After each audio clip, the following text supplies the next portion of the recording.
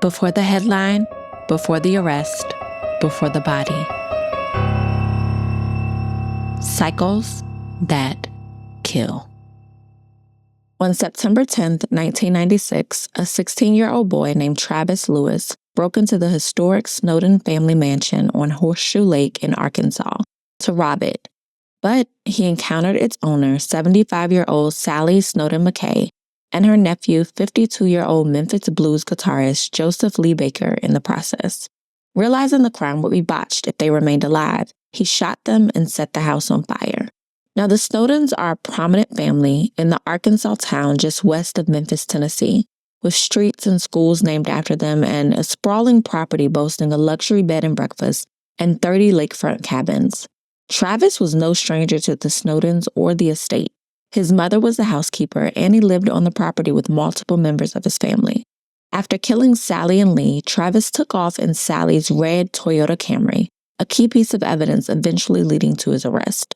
When she found out about her mother and cousin's deaths, Sally's daughter Martha was devastated, but she was also a devout Buddhist who believed in forgiveness and rehabilitation, in redemption, and the possibility that even the worst act a person has committed doesn't have to be the final word on who they are. So despite her family's opposition, Martha wrote letters to Travis in prison. She visited him. She advocated for his early release. And when he was paroled in 2018, she hired him to work on the property and even gave him shelter again. In an attempt to turn something tied to pain into joy, Martha had revamped the 1,000-acre estate into a 6,000-square-foot beautiful marble-laden venue for weddings, retreats, and private events, and gave Travis a job as a handyman. Not too long after Martha hired Travis, his mother Gladys, who was still the family's housekeeper, pulled her aside and let her know that Travis was slipping back into his old behavior, including drug use, warning her to stay away from him and cut him loose.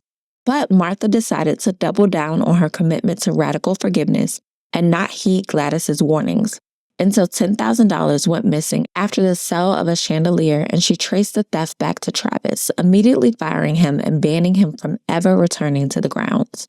Then, in March 2000, Travis broke back into the Snowden house, ultimately stabbing and bludgeoning Martha to death at the top of the grand staircase, in the same house where he had killed her mother 24 years earlier. To evade arrest, Travis drowned himself in Horseshoe Lake, where the Arkansas Game and Fish Commission and Crittenson County Search and Rescue Team eventually located and recovered his body. Welcome to Cycles That Kill. This is Season 2, Episode 1, and I'm Dr. Dylesia, a licensed clinical social worker with a doctorate in social work and the clinician researcher who coined the term mother-daughter trauma. Last season, we explored maternal failure as an origin point for extreme violence. This season, the cases are wilder and the outcomes are even more unthinkable. But the question is the same one it's always been. What was built in these people? By who and when?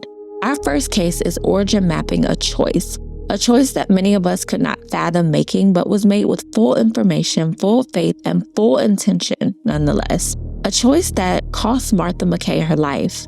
The cycle in this case did not start with a wound somebody refused to examine. It started with a wound someone tried to heal. Sally Snowden McKay was 75 years old when Travis Lewis killed her in September 1996. She was a distinguished member of the Snowden family, a woman known to the community around Horseshoe Lake. Her nephew, Lee Baker, a well-known Memphis musician, was killed alongside her. Travis was 16 years old. He was tried as an adult, convicted, and sentenced to 28.5 years in prison. Martha McKay was 63 years old when Travis Lewis killed her on March 25, 2020. She was Sally's daughter. She was known locally as the Lady at the Lake. She had spent years restoring the Snowden house into an upscale bed and breakfast and event venue. And underneath the tangible, she'd spent years building a life around beauty, hospitality, and a belief that healing was possible. Which brings us to her decision to cultivate a relationship with the man who killed her mother, which ultimately led to her demise in the same house where her mother's life ended. On the morning of September 10, 1996, Sally's car was found abandoned a mile from her home. Investigators were called to the Snowden property and found Sally and her nephew Lee dead. Travis Lewis, 16 years old at the time, had been living on the Snowden property with his parents. He knew both victims. To investigators, the crime was obviously a burglary that turned lethal and an arson set by Travis in an attempt to conceal the evidence. Travis was caught, convicted, and sentenced. Facing the death penalty, he pleaded guilty. And then Martha McKay made a decision that would shape the next 24 years of her life.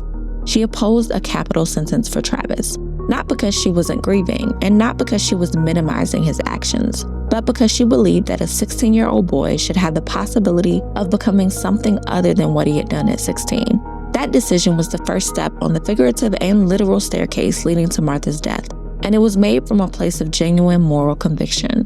I want to be clear about that before we go any further. Martha was not in denial. She was a woman whose faith and whose values led her toward a specific posture in the face of enormous loss. And we're going to trace what that posture cost her without ever saying that she deserved it for being naive, because it's much deeper than that. After Travis was convicted, Martha began writing him in prison. She paid him regular visits. She intentionally built a relationship with the man who had murdered her mother and her cousin over the course of his nearly 2 decades behind bars. Family members cautioned her, friends expressed concern, yet she continued. Eventually, Martha advocated for Travis's early release, and in 2018, after serving approximately 22 years of his sentence, he was paroled. So Martha hired him to work on the Snowden house property she had spent years restoring. For 18 months, Travis worked there, and it looked like things were going well. And then his mother's warnings preceded the theft of $10,000 in cash from the estate. Martha knew Travis had been in the house that day and was the only one who saw her with the cash. She didn't want to, but she couldn't do anything other than suspect him, so she fired him. Shortly after, he came back and killed her. I want to sit with the full timeline before we get into the clinical picture, because the clinical picture only makes sense when you hold the full weight of what Martha did.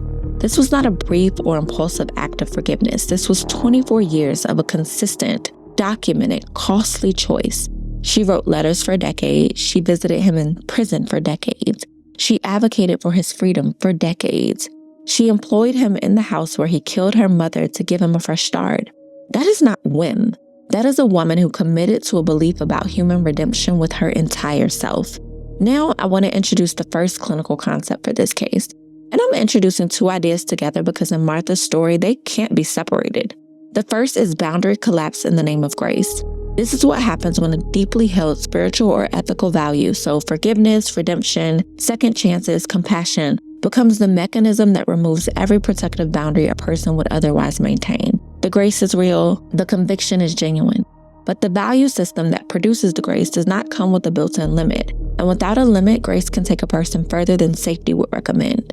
Martha did not collapse her boundaries because she was foolish, even though at first glance many thought she was.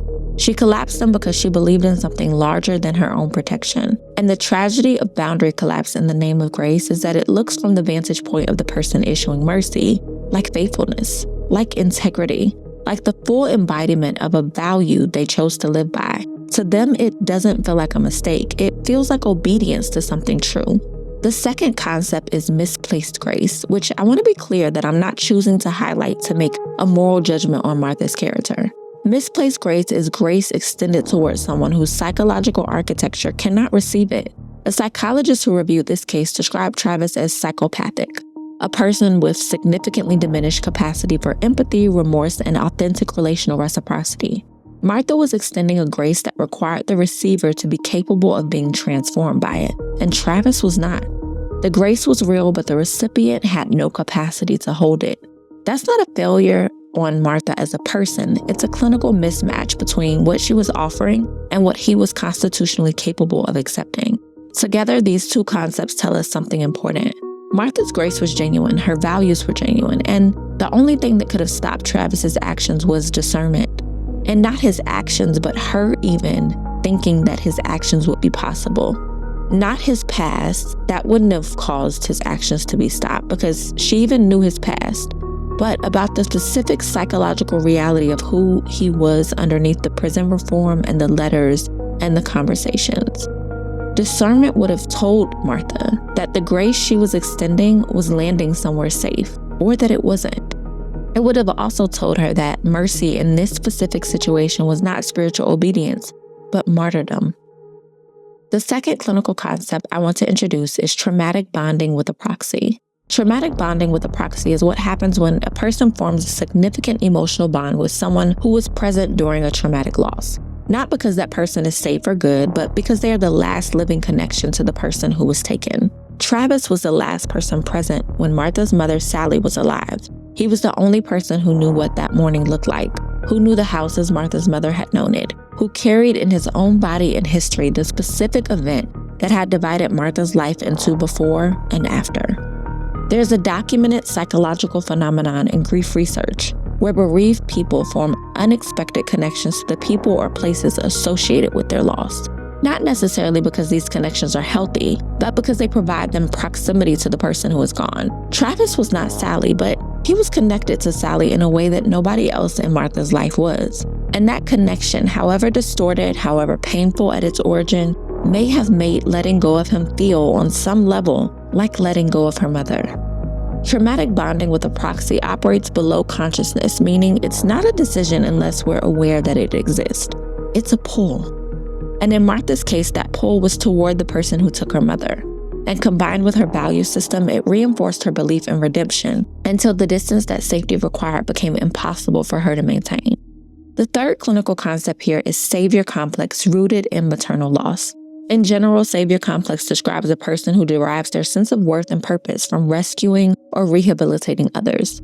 It's driven by a need to be needed, to be the one who makes the difference, to find meaning through the transformation of someone else. But savior complex rooted in maternal loss operates differently.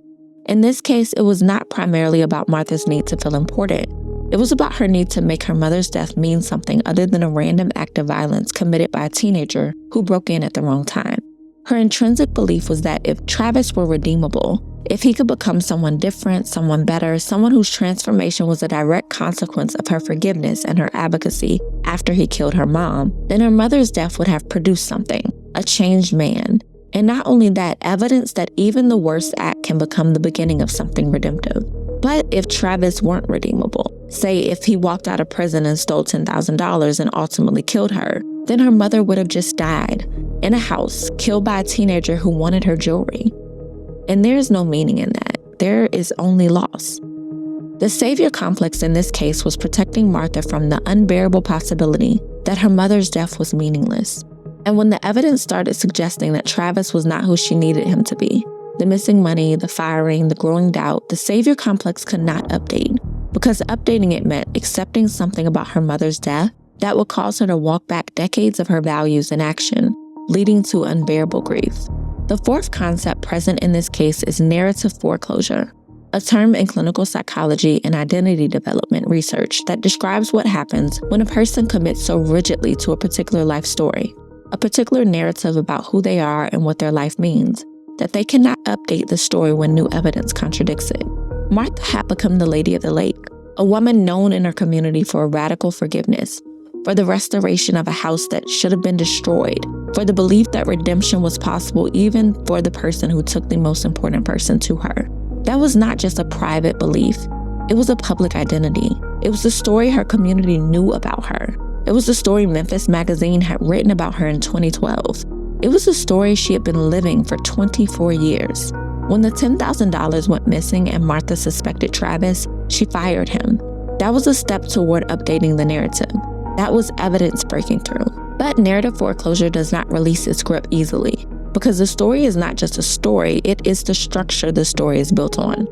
When the narrative collapsed, Martha had to grapple with the possibility that Travis was not redeemable, that her 24 years of letters and visits and advocacy were wasted on someone who was always going to betray her, which ultimately would have forced her to reconsider the question, who is Martha McKay? And what has her life since 1996 actually been about?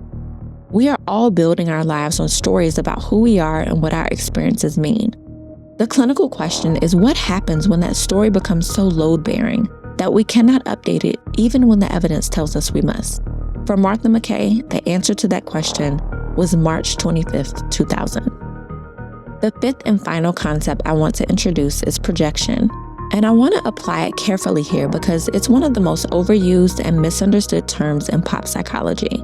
In its precise clinical meaning, projection is the unconscious process by which a person attributes their own internal emotional experience to an external object or person. They take something that belongs to their inner world and place it outside of themselves, onto someone or something else. Here is how I believe projection operated in Martha's relationship with Travis. Martha loved her mother. Sally's death left a love with nowhere to go, a grief that had no object, a connection that had been severed before Martha was ready to let go of it. And Travis, the person who caused the severance, the person most connected to Sally in the moments just before her death, became over time the recipient of something that was not really about him at all.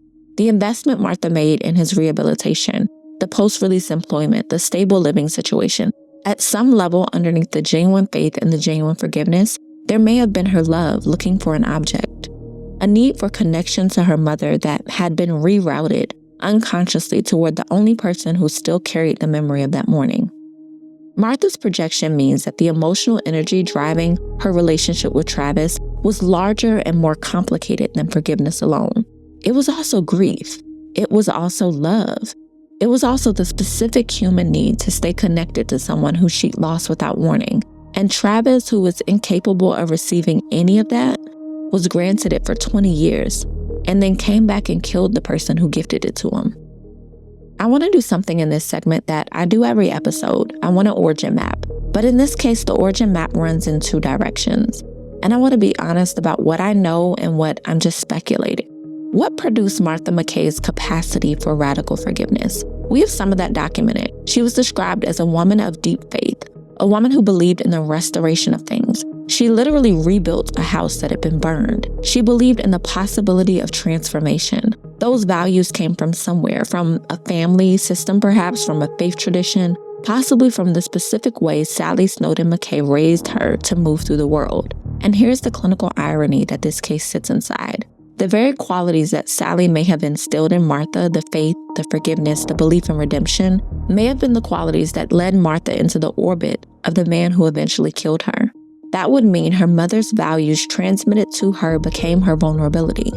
Now, of course, potential vulnerability is not a reason to abandon our values, but it is a reason to pair them with something that values alone do not provide: discernment, limits, the capacity to love someone and still protect yourself from what they're capable of. And Travis Lewis, what produced him? We have less of that documented. We know he was 16 when he committed the first murders. We know he was living on the Snowden property with his family at the time of those murders. And we know a psychologist described him as a psychopath. Beyond that, the record doesn't really give us much. But what I can say is this: a 16-year-old who breaks into a house, kills 2 people, and sets the house on fire did not arrive at that act without a history. And a 39-year-old who has accepted over 20 years of letters and visits and advocacy from the daughter of the woman he killed, who then receives employment on the same property he committed the crime, and comes back and kills that daughter, that man was not capable of being transformed by grace. Meaning whatever was built in him before 1996 was still running in 2020. Clinically, what produces that specific combination of violence, the theft, murder, fire, often includes some mixture of the following: chronic exposure to violence in the home, primary caregiver who modeled harm as a conflict resolution strategy, and early trauma that went untreated and produced a nervous system organized around survival rather than empathy. We cannot say with certainty which of these lived in Travis's home, but what we can say is a child who has never had his humanity fully mirrored back to him, a child who has never been held accountable to learn that his actions have real weight, that kind of child can arrive at 16 without the internal architecture that makes another person's life feel worth protecting. I want to hold up the mirror before I close this episode. Boundary collapse in the name of grace. Have you ever let a value, forgiveness, loyalty, compassion, family, faith, become the reason you stayed somewhere that was costing you? Have you ever told yourself that leaving someone who was harming you would mean you had not truly forgiven them? That cutting off contact with an abuser would mean you were not a good Christian, not a good daughter, not a good person? That the measure of your love was how much you were willing to absorb? Misplaced grace. Have you ever extended profound compassion to someone who was constitutionally incapable of receiving it? Whose patterns did not change no matter how much grace you offered? And did you interpret their failure to change as evidence that you had not given enough, rather than evidence that they could not? Traumatic bonding with a proxy. Is there someone in your life whose connection to you is rooted primarily in a shared loss or a shared wound? And have you ever confused that bond, the bond of having been through something together, or the bond of them being connected to someone you lost, with the bond of genuine safety and reciprocity? Savior complex rooted in loss. Is there someone whose transformation you need, not just want, but need, because their transformation would give meaning to something painful you've experienced? And are you staying in that dynamic past the point where the evidence supports that it's wise to? Because leaving would mean accepting that the painful thing was just painful? Narrative foreclosure. What story are you living inside that you cannot update? What version of yourself or of someone you love or of what your life means is so etched in your psyche that you protect it against contradicting evidence? And what is that protection costing you? Projection. Is there someone you are loving with a love that is actually meant for someone else? Is there an emotional investment in a relationship that is larger and more complicated than the relationship itself warrants? And if you trace that investment back, all the way back, where would it lead? What happened to Martha McKay was an extreme outcome of dynamics that live at much lower stakes in most of our lives. But they do live there. And what you can name, you can change. But what you cannot or refuse to name keeps moving. New episodes of Cycles That Kill drop every week.